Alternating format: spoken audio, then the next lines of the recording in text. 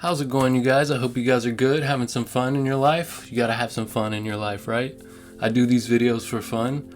I do them all on my phone, top to bottom, with apps I'm still learning, so I hope I get better for you guys with each episode. Now, as far as the skaters I chose for the video, I didn't purposefully leave anyone out who was known for wearing certain shoes.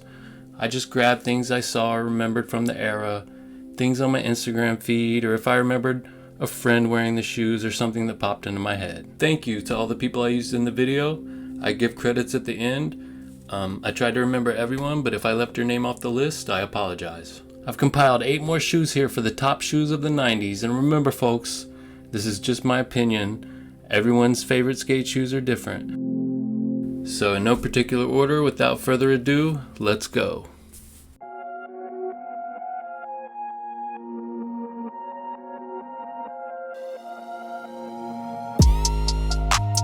Starting off with number 8, the Airwalk Enigma, released in 1991. A few people commented about Airwalks, which is more of an 80s thing for me, and I plan to do some videos on 80s shoes, but all skaters from the 80s had Airwalks. We had a love-hate relationship with them, at least I did anyway. I skated in most of their models, and we all wanted to be like Matt Hensley, so the red, gray, and black 500 thermo colorway holds a special place in my heart. Here's me doing a Japan and Hensley doing his thing in 1989, and I've got the thermo colorway on.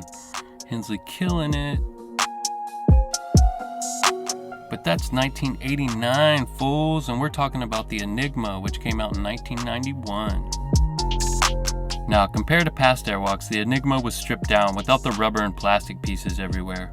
Suede upper with a leather toe cap, but the tongue, heel counter, and any other panels were fake leather as I recall. Pleather Fugazi. They originally released 3 colorways: the all-black Fossil, the blue, black, and gray Mystery, and the olive and tan Genesis. Here's Javante Turner at Embarcadero in the Mystery colorway.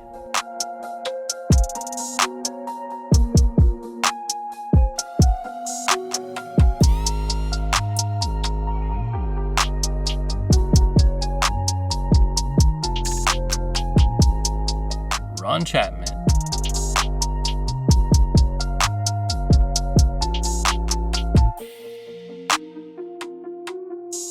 Dwayne Petrie.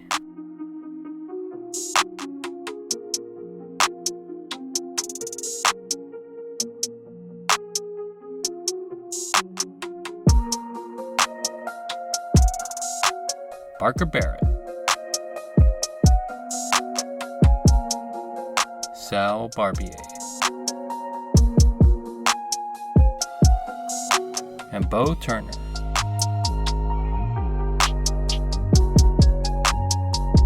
I think 1992 is when they added the black and gray Frenzy colorway, with the only clip I saw recently was Mike York, dated 92. And that's all for number 8, the Airwalk Enigma. I think they re-released these in Japan, but who knows. Up next, at number 7, we have the Adidas Norton. I think these shoes released in 1995, 1996, and I saw these shoes at my local skate shop at the time, Pacific Drive, so I grabbed a pair because I was surprised Adidas was dipping their toe in the skate industry, and I wanted to try them out. You can see I'm wearing them here in the first clip from Time Code in the black and white colorway. They were basic suede and canvas uppers, but I liked them, what can I say? And I still like them, that's why they made the list. I kinda wish they would bring them back today, but I don't think they're going to. They've pretty much only released these shoes in other countries in subsequent years. I don't know why not the United States, but they have their reasons. And next we have the Etnies Wraps at number 6. I think the high came out in 1992. And the one guy I could think of with footage in the red one was Sal Barbier. I remember getting a pair of the red suede high tops and going to film for the workshop in Cincinnati, only to end up with a severely broken ankle that had come through the skin in these shoes. That early version of the shoe with the red and blue dyed rubber had horrible traction and the compound was too hard.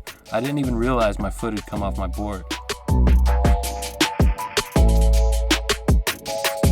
The shoe could be stiff as well, but there were things we did to loosen them up, and subsequent years saw low tops and better rubber compounds and more traditional colorways. Now, I'm not sure when the low top wraps came out, but I'm wearing it in some of the clips here. Hard to tell sometimes in dark shoes with old footage. I was a heel flipping fool. Hope you guys like heel flips.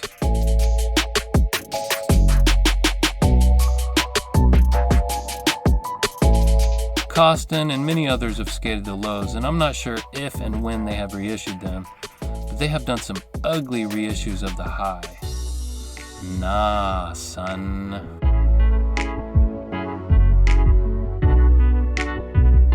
At number 5, we have the DC Dyrdek. I thought I'd combine the Dyrdek 1 and 2 from 1995 and 1996. I have good memories of these shoes because I was skating for Drawers at the time and living with Rob, so I got to see the process, which was interesting. It was cool to witness Rob's dream to have a shoe come true ever since he would draw his own hypothetical Vans model when we lived in Dayton. I was super hyped for him. As I recall, there were some production issues with the lace loops on the one ripping out, but that's what happens with the new company, new designs, and new manufacturing facilities. He's not wearing the 1 or 2 in these clips, I don't think, but finding photos and clips of these shoes, especially the 1, isn't easy. I love those first few runs of DC shoes. I pretty much skated in all of them, and I was lucky to be around in that era, no doubt. Here I am in some black 2s. So that's it for the DC Dyrdek 1 and 2s. If you want to see more of these shoes, there's probably footage of them in Timecode Alien Workshop video if you want to go check that out. Next one on the list at number 4, we have the Vans Half Cab. Before we get to the half cab, we have to talk about the original cab, which came out in 1988. Both shoes are classics that have stood the test of time, like the man himself, Steve Caballero.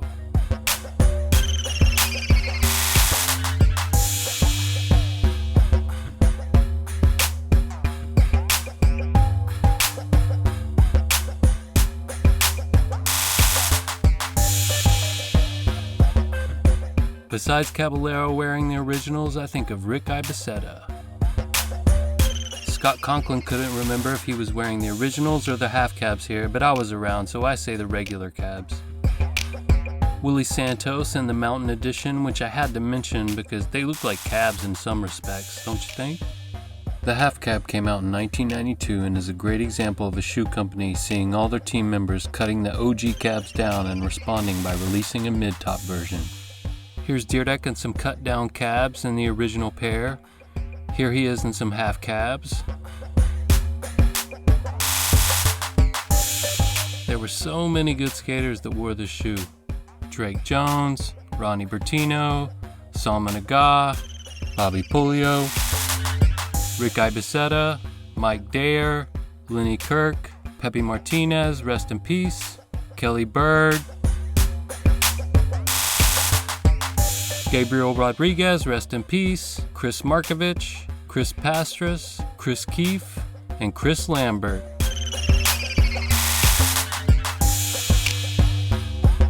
Here's a line from De Glops, Jeremy De Glopper.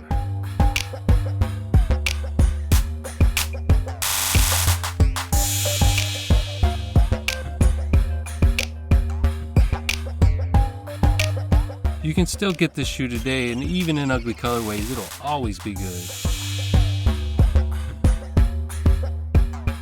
Next up, the Airwalk Jason Lee at number 3.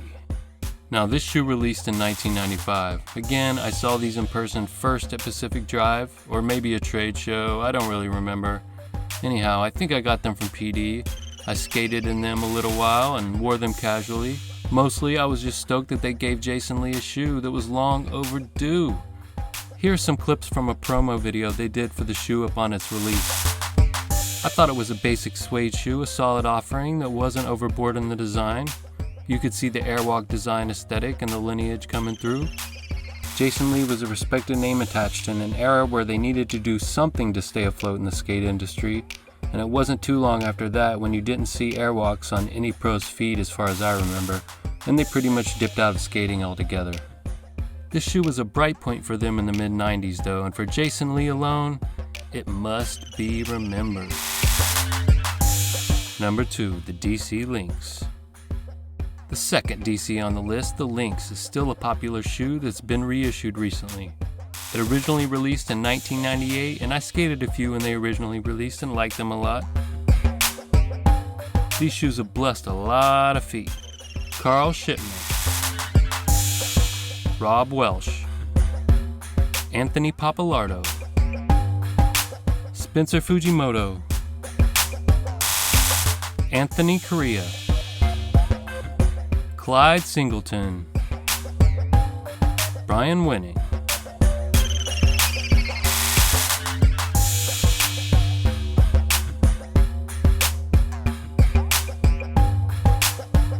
Josh Kalis,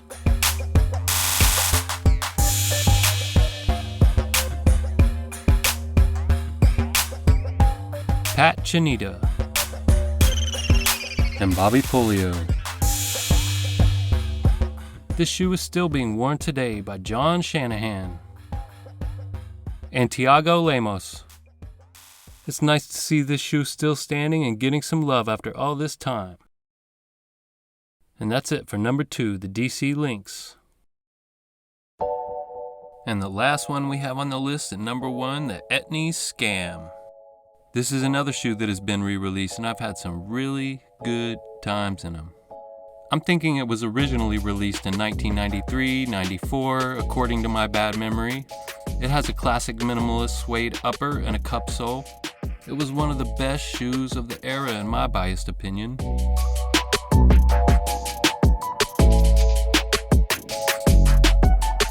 There I'm doing a switch shove in the Etnies ad and a switch 3 off the same bump.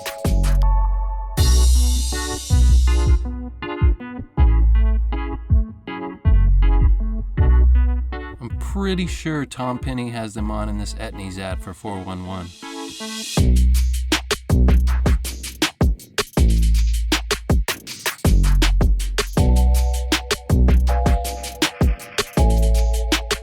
They have re-released these, with most recently doing a Volk version, but I'd rather see the original cup version released all the time. And that's all for the last one on the list, the Etnies Scam.